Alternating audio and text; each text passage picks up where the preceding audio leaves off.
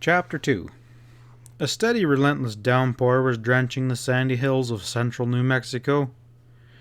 Though it was still early in the evening, a solid layer of black clouds overhead was like a giant roof that stretched from horizon to horizon, cloaking the countryside with a heavy, velvety blackness that was revealed in intervals by a jagged dagger of lightning piercing through the clouds. A single rider, plodding southward through the darkness and drenching rain. A tall, slicker-clad figure hunched forward in the saddle astride a trail-weary roan. The steady rain had reduced Pat Stevens' jaunty Stetson to a limp and shapeless piece of felt that drooped sadly upon his strong, bronze features, and he was wet and cold and irritated with himself for being in New Mexico at all. He was on a damn fool mission, and he knew it better than anyone else. He was, in fact, the only one person who knew why he had upped and ridden away from Powder Valley in southern Colorado yesterday morning. Pat jerked his thoughts back from Powder Valley and tried to figure distances as the roan slogged on through the wet sand of the winding road. He reckoned he had traveled maybe 40 miles since early morning, and that would put him some place around where the Higgins spread ought to be, according to Moe's letter. But how could a man tell where in the black night that was as dark as the inside of a muley cow? He hadn't seen a sign of human habitation since mid-afternoon. It was hell of a country. Pat mused doubtfully. What the devil had caused Mose to settle down here when there was places like Powder Valley where the sun always shined and the sky was blue? The roan shied and pranced underneath Pat Stevens as lightning tore a jagged hole through the solid canopy of black clouds overhead. The shearing flash of white light illuminated the countryside for a quarter-mile radius. There was a tin mailbox tilted crazily on a wooden post by the side of the road a couple 100 feet in front of him. A trail led off the road up into the hills westward from the mailbox. A horse and rider were silhouetted momentarily by the lightning flash a few 100 yards distance on the trail. Then everything was blotched by blackness again, but Pat Stevens was sitting straight in the saddle and he felt like whooping. The mailbox meant that there was a ranch house up at the end of the trail the rider was following. According to Pat's reckoning, it was 10 miles to San Alicia, the next town, and 10 miles on through the rain was more than he wanted to tackle. So he touched spurs lightly to the roan's wet flanks, and the tired animal snorted and lunged forward. Pat reined him to the side of the road and to a stop beside the mailbox. He made 2 attempts to get a match struck so that he could see the name on the box and faint hope that it might say Moses Higgins. But he gave up in disgust after the second match sputtered out and spurred briskly on up the trail. No matter whether this was the road to Higgins' ranch or not, he was taking it. At least there'd be food and warmth at the end of the trail, and directions for going on to Higgins' ranch. The trail led sharply upward, out of the sandy foothills, and before Pat had ridden half a mile, his horse's shod hooves were ringing against rock underfoot instead of thudding softly upon wet sand. The rain appeared to become heavier as he rode higher, and there was rushing sound of water sluicing down the steep gulches on either side of the trail. It kind of gave a man an eerie feeling to ride like that in absolute darkness without the slightest idea of what was ahead. Pat let the roan have his head and select his own speed, for the instinct of a horse is far superior than that of a rider under such circumstances.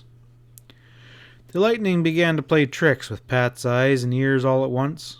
Instead of crashing down out of the heavens with jagged streaks of forked white lightning, the lightning became horizontal lances of yellow that spat and crackled distantly.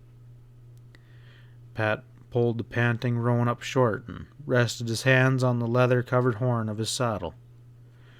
Maybe he was an ignorant horned toad that didn't know anything about New Mexico lightning, but if he had remembered anything at all from his younger days, that was a gunfight going on there up ahead not more than a half mile ahead of him. Instinctually, his hands slid back to rest upon the butts of twin guns and dry holsters beneath his slicker. The gunfire was slackened off in the wet darkness ahead. There was intermittent yellow flashes now, widely spaced. A hot flame of recklessness surged through him, and even while he reminded himself that this wasn't his fight, he was 100 miles from home and he had ridden down here to help out an old friend. He couldn't afford to go messing into another man's troubles. In fact, he didn't even know that there was any trouble. Might be some fool puncher trying his guns out and with a little bit of target practice. While he meditated upon thus, somehow the blunt rowels of his spurs touched the heaving sides of the roan beneath him. The horse leapt into a gallop, and steel shoes clattering on the rocky trail. Pat settled back in the saddle and pretended it was all the roan's doing. He chuckled, thinking what Sally would say. The roan lurched to a frantic stop, settled back on his haunches, and pawed the air. Pat was thrown forward violently against the horn, and he swore angrily, unable to see anything in the darkness. At the same time, there was a rending crash that seemed to come directly beneath the roan's pawing 4 feet. Pat reined the trembling animal back, and a blaze of lightning behind him showed a narrow wooden bridge over a deep ravine that had just been washed from its supports by raging floodwaters that rushed downward. He shuddered, leaned forward to pat the roan's neck, and muttered aloud, "That's dang fast work there, horse. Another jump and we'd be rolling downstream with that there bridge." The roan nickered and twisted his head to nuzzle Pat's hand. "Well, that kind of leaves us in one hell of a mess," Pat grumbled aloud. "The shooting's stopped ahead. Maybe that's a good sign, and maybe it ain't. Hate to come this far and not find out. Besides which, I'm kind of hankering for a fire and some hot grub. That stream doesn't look very wide in the lightning. Not more than one good jump, I reckon."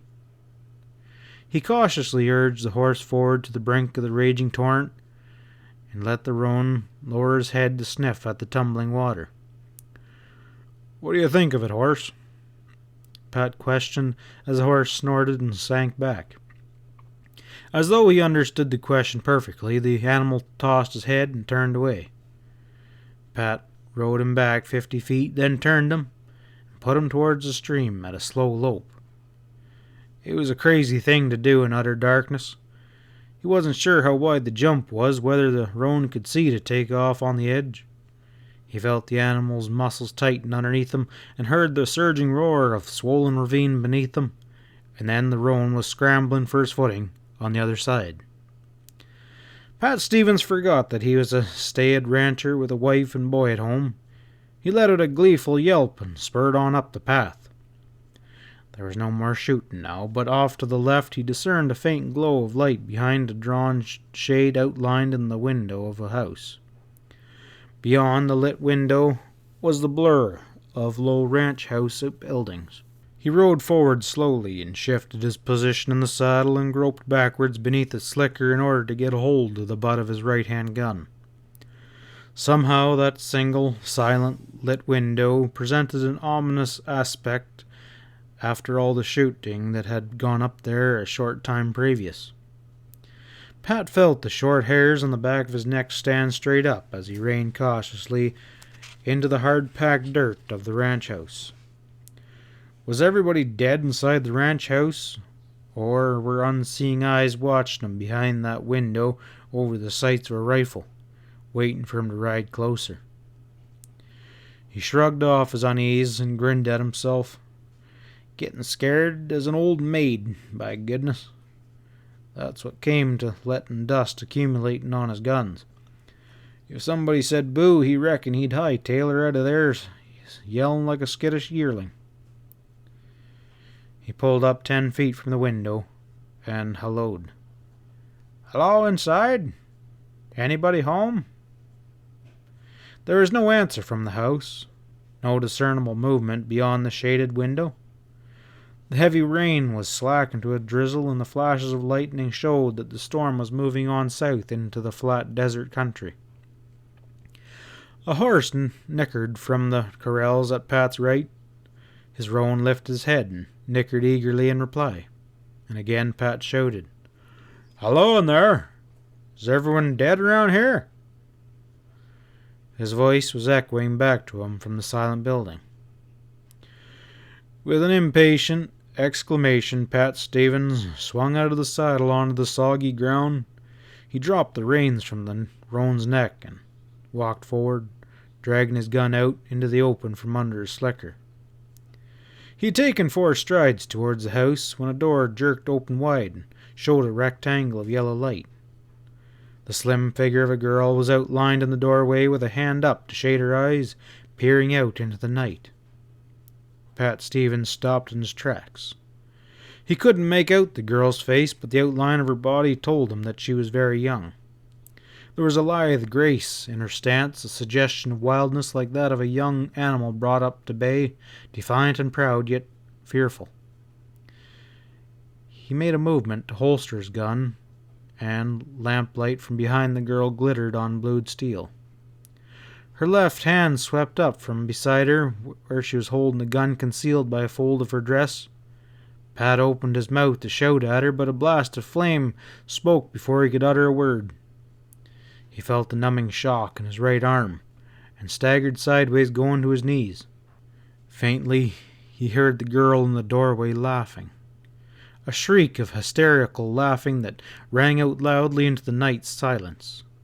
She fired the heavy weapon again, and then again, and Pat Stevens slid slowly forward with his face downward in the mud, while consciousness ebbed out of him. End of chapter 2.